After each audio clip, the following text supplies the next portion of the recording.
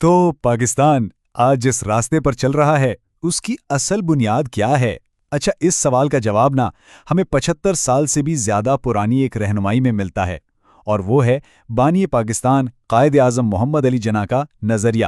لیکن یہاں ایک بڑا سوال یہ ہے کہ کیا وہ پرانے اصول آج کی اس تیز رفتار دنیا میں بھی اتنے ہی اہم ہیں؟ چلیں آج اسی کا جائزہ لیتے ہیں۔ ایمان، اتحاد اور نظم و ضبط، یہ صرف 3 الفاظ نہیں ہیں، بالکل نہیں۔ یہ تو وہ بنیاد ہیں، وہ ستون ہیں جن پر پاکستان کا پورا خواب دکھا گیا تھا۔ قائد اعظم کو ویژن تھا کہ ان تینوں کی بنیاد پر ایک مضبوط، ایک منصفانہ اور ترقی پسند ریاست بنے گی۔ لیکن سوچنے کی بات یہ ہے کہ آج 21ویں صدی میں کیا ہم ان الفاظ کے اصل مطلب، ان کی گہرائی کو واقعی سمجھتے بھی ہیں؟ اور سچ پوچھیں تو یہی وہ سوال ہے جو آج ہم میں سے بہتوں کے ذہن میں ہے کہ کیا یہ اصول صرف کتابوں اور تقریروں کی زینت بن کر رہ گئے ہیں، یا پھر یہ واقعی ایک روشن مستقبل کی طرف لے جانے والا کوئی روڈ میپ، کوئی رہنما نقشہ ہے؟ تو چلیں ایک ایک کر کے ان ستونوں کو سمجھتے ہیں۔ شروعات کرتے ہیں پہلے ستون سے، ایمان۔ اب دیکھیے، جیسے ہی ہم یہ لفظ سنتے ہیں نا تو ہمارا ذہن فوراً مذہبی عقیدے کی طرف چلا جاتا ہے، لیکن قائد اعظم کے لیے اس کا مطلب صرف اتنا نہیں تھا، بلکہ اس سے کہیں زیادہ گہرا اور بہت وسیع تھا۔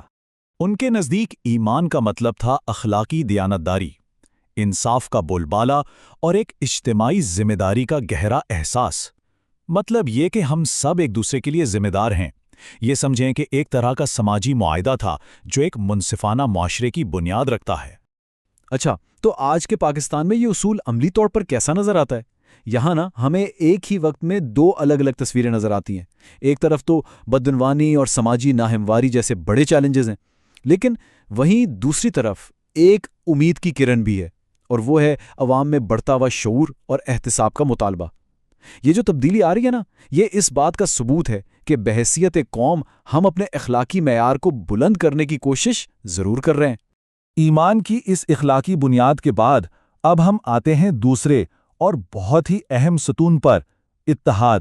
اور دیکھیں، پاکستان جیسے ملک کے لیے جہاں اتنا تنوع ہے، اس کی اہمیت تو اور بھی بڑھ جاتی ہے۔ اتحاد کا مطلب صرف یہ نہیں ہے کہ ہم سب ایک ساتھ رہ رہے ہیں، نہیں، اس کا اصل مطلب ہے کہ ہم اپنی مختلف زبانوں، اپنی الگ الگ ثقافتوں اور اپنی علاقائی شناختوں کو ایک ہی دھاگے میں پرو کر ایک مشترکہ قومی شناخت بنائیں۔ اور پاکستان کا تنوع تو واقعی کمال کا ہے۔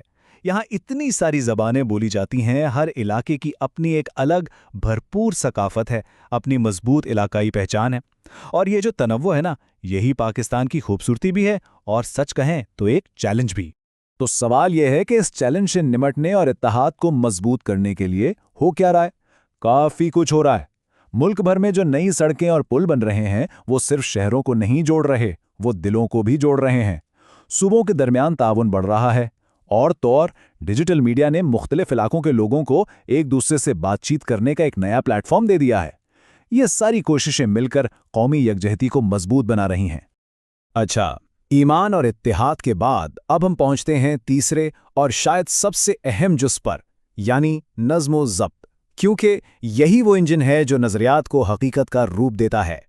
تو نظم و ضبط کا مطلب کیا ہے؟ اس کا مطلب ہے اچھی گورننس، مضبوط ادارے اور ہم سب شہریوں میں اپنی ذمہ داری کا احساس۔ سیدھی سی بات ہے، یہ وہ پریکٹیکل طریقہ ہے جو ایمان اور اتحاد سے پیدا ہونے والی طاقت کو حقیقی ترقی میں بدل دیتا ہے۔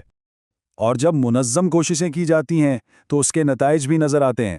آپ دیکھ لیں، سائنس اور ٹیکنالوجی ہو، دفاع کا شعبہ ہو، یا پھر نئے بزنسز، پاکستان نے ان شعبوں میں جو بھی کامیابیاں حاصل کی ہیں، ان سب کے پیچھے کہیں نہ کہیں نظم و ضبط اور ایک منظم منصوبہ بندی ہی کار فرما رہی ہے۔ اس کی تازہ مثالیں بھی ہیں، جیسے آج کل سرکاری خدمات کی ڈیجیٹلائزیشن ہو رہی ہے، یا جو معاشی اصلاحات چل رہی ہیں۔ یہ سب اسی بات کا ثبوت ہے کہ ملک میں منظم منصوبہ بندی کی اہمیت کو اب سمجھا جا رہا ہے۔ یہ سب ڈسپلن کے ہی عملی مظاہرے ہیں۔ تو اب ان سب باتوں کے بعد سوال یہ پیدا ہوتا ہے کہ ان تاریخی اصولوں کا مستقبل کیا ہے؟ کیا 21ویں صدی کے نئے چیلنجز کے سامنے بھی یہ اصول ہمارے کام آ سکتے ہیں؟ دیکھیں، آگے بڑھنے کا راستہ انہی اصولوں کو آج کے دور کی ضروریات سے جوڑنے میں۔ اس کے لیے ہمیں کیا چاہیے؟ ہمیں ایک ایسا تعلیمی نظام چاہیے جو صرف رٹا لگانا نہ سکھائے، بلکہ سوچنا سکھائے، تنقیدی سوچ پیدا کرے۔ اور ہمیں ایسی معاشی ترقی چاہیے جس کا فائدہ صرف کچھ لوگوں کو نہیں، بلکہ ہر ایک شہری تک پہنچے۔ اس کا مطلب یہ ہوا کہ ہمیں ایمان، اتحاد اور نظم و ضبط کے دائرے کو اور وسیع کرنا ہوگا۔ آج کے جو بڑے مسائل ہیں جیسے سماجی ہم آہنگی، صنفی مساوات اور ماحولیاتی تحفظ، ان سب کو بھی ہمیں انہی اصولوں کی روشنی میں دیکھنا ہوگا۔ یہی ایک مضبوط اور پائیدار ریاست کی بنیاد ہے۔ تو آخر میں بات یہ ہے کہ یہ تینوں اصول الگ الگ نہیں ہیں، یہ ایک دوسرے سے جڑے ہوئے ہیں۔ ایمان ہمیں صحیح اور غلط کی سمت دکھاتا ہے، اتحاد اس سمت پر چلنے کے لیے اجتماعی طاقت دیتا ہے، اور نظم و ضبط وہ اسی طاقت کو حقیقی کامیابی میں بدل دیتا ہے۔ تو نتیجہ کیا نکلا؟ نتیجہ یہ ہے کہ اگر ان اصولوں کو صرف کتابوں میں نہ رکھا جائے بلکہ پالیسی سازی میں، اداروں کی کارکردگی میں اور ہماری روزمرہ کی زندگی میں حقیقی معنوں میں اپنایا جائے تو پھر کوئی شک نہیں کہ پاکستان ایک روشن، مستحکم اور خوشحال مستقبل کی طرف ضرور بڑھ سکتا ہے۔ تو بات گھوم پھر کر وہیں آ جاتی ہے، اور یہ سوال ہم سب کے سوچنے کے لیے ہے۔ کیا ایمان، اتحاد اور نظم و ضبط کے یہ بنیادی اصول آج بھی اتنے طاقتور ہیں کہ وہ پاکستان کو واقعی ایک بہتر مستقبل کی طرف لے جا سکیں؟ اس پر ضرور سوچیے گا۔